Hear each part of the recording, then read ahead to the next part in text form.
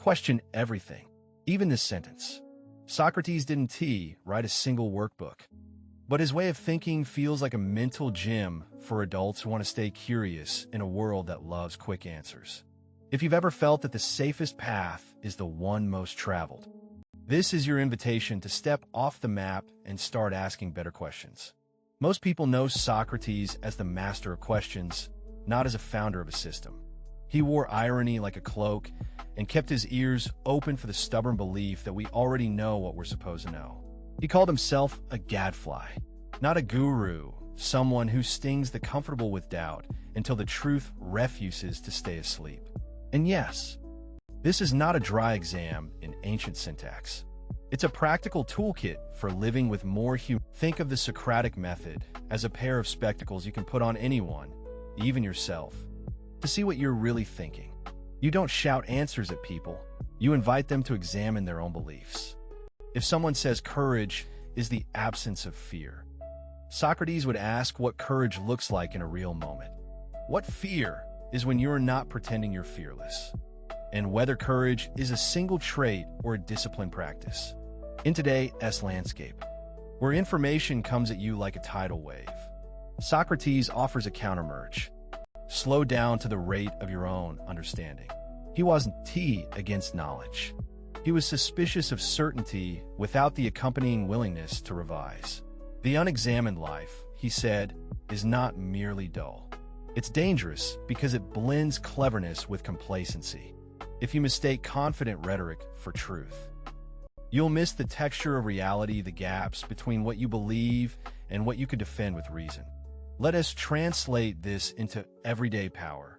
Suppose you're negotiating a raise, or deciding whether to take a risky job, or choosing how to raise a child in a world that changes faster than traditions can keep up. Socrates would tell you to interview your own story first. What do I want most? Why do I want it? What am I prepared to sacrifice or change to get it? And what am I willing to learn if the world proves my first answer incomplete? The path is not to persuade others to agree with you, but to refine your own understanding until your position can survive genuine scrutiny. The essence of Socratic humility isn't weakness. It's the disciplined confidence to stand in the open, to let your beliefs be tested by questions rather than by authority. Consider the famous equality of minds. Not that every mind knows the same truths, but that every mind has a potential to know something worth hearing. If you treat disagreement as a battlefield, you'll miss the chance to learn. If you treat it as a workshop, you'll grow. The Greek city where Socrates walked, drank, argued, and argued again is a living metaphor. The agora wasn't a library alone. It was a marketplace of ideas, where arguments were traded like goods, and where the best idea wasn't the loudest, but the most robust under scrutiny. When you adopt that mindset, your arguments become more of a craft than a duel. You learn to map the terrain of an issue, definitions, premises, consequences, counterexamples, and the hidden assumptions that support them. Your goal isn't to win. It's to be right with others, even when it costs you a moment of ego. Here's a simple, practical ritual you can try this week. No robe required. First, pick a belief you've defended for years, anything from politics to parenting to personal identity. Second, write down the simplest, most charitable version of the opposing view you can imagine. Third, ask yourself, what evidence would convince me to shift my stance? Fourth, seek a conversation with someone who disagrees with you and promise to listen more than you speak. If you can do that with genuine curiosity, your mind will start to hum with new combinations of ideas you didn't even know you were holding. Socrates didn't claim to know all the answers. He claimed to know that he didn't know, and that paring away comfortable myths is a kind of moral intelligence. This paradox that ignorance can be a path to wisdom remains the most radical thing about him. It's not cynicism.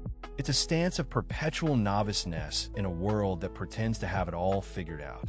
The moment you declare yourself finished with learning, you lose the entire reason for living a thoughtful life. Yet there is a twist that often surprises modern minds. Socrates was not a rebel who broke every rule for fame. He was a civic citizen who stayed with the questions even when the city burned with certainty. He argued for virtue as knowledge, but he also accepted that knowledge without virtue can be hollow. The best thinker, in his view, doesn't he accumulate clever arguments to impress others? He cultivates the quiet integrity to act well when the lights are off and no one is watching. That distinction matters in a world where success is measured by visibility. Socrates would ask, what about what you and your family do when the cameras aren't on? When the appetite for praise isn't feeding you anymore. The stoic discipline he sometimes resembles isn't a rejection of life. It's a deepening of life. If you can hold truth under pressure, your life becomes a kind of evidence for the kindness that lies beyond mere cleverness. Let us test the myth that philosophy is a luxury for the leisure class. Socrates would say philosophy is the opposite, a survival skill for living well when the weather turns harsh. If you want to train your mind to weather storms, political upheaval, family conflict, career uncertainty, the Socratic habit offers a method for staying curious, precise, and humane. The method forces you to face your own contradictions, not to destroy you, but to free you from a single, comfort-driven narrative. As we explore, you may notice a quiet revolution. The more you question, the more you feel the weight of your own responsibility to think clearly. This isn't about becoming a documentary of doubt. It's about becoming a steward of your own thinking. Your choices become more transparent to yourself and thus more trustworthy to others. You learn to distinguish what you know with confidence from what you only believe with conviction. And when you slip, as everyone does, you don't hide the stumble.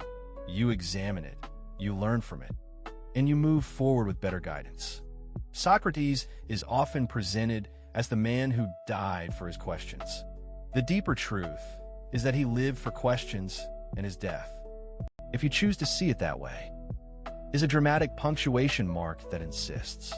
A life without examination isn't worth living for long. The courage to face death with a mind still pursuing truth isn't a dare from a legendary hero. It's a call to all of us to inhabit our humanity with rigorous, unglamorous honesty. If you carry one takeaway, let be this. Philosophy isn't a doctrine to memorize. It's a method to practice. It's not a final verdict, but a persistent invitation to refine your own thinking. Socrates didn't leave you a recipe. He left you practice. And in that practice, you discover a version of yourself that can handle subtle truths, stubborn doubts, and the gentle, inexhaustible work of becoming wiser. So the next time you face a decision with no perfect answer, remember, you don't have to go it alone. Sit with the question as if you're sitting with a friend who refuses to let you bluff your way through life. Ask, listen, test, revise, and repeat. In that cycle, you may find a steadier center than certainty could ever provide. And you may glimpse how a man who never wrote a line became a compass for minds that still seek to understand the mystery of being human. What would Socrates ask you if he had a moment to speak to you today? The first question, perhaps the most practical. What do you truly want to know that scares you to admit you don't know? And the second, what are you willing to change in order to learn it? If you answer with honesty and a touch of humility, you've already started to walk the trail. He walked one question at a time, toward a life that remains teachable forever. The adventure of thinking isn't a detour from life. It's the most direct route to living with purpose. And as Socrates would remind us, the only real answer worth trusting is the one you can defend when the room tests your claim and your courage. In the end, the question itself may be the only thing you can be sure of. If you're listening, you're already midway there. The rest is simply practice, patience, and the stubborn kindness to keep asking. What do you want to learn next? And why should it matter to the life you're building today? Answer softly, with care, and let the questions keep widening the horizon of what you think you know.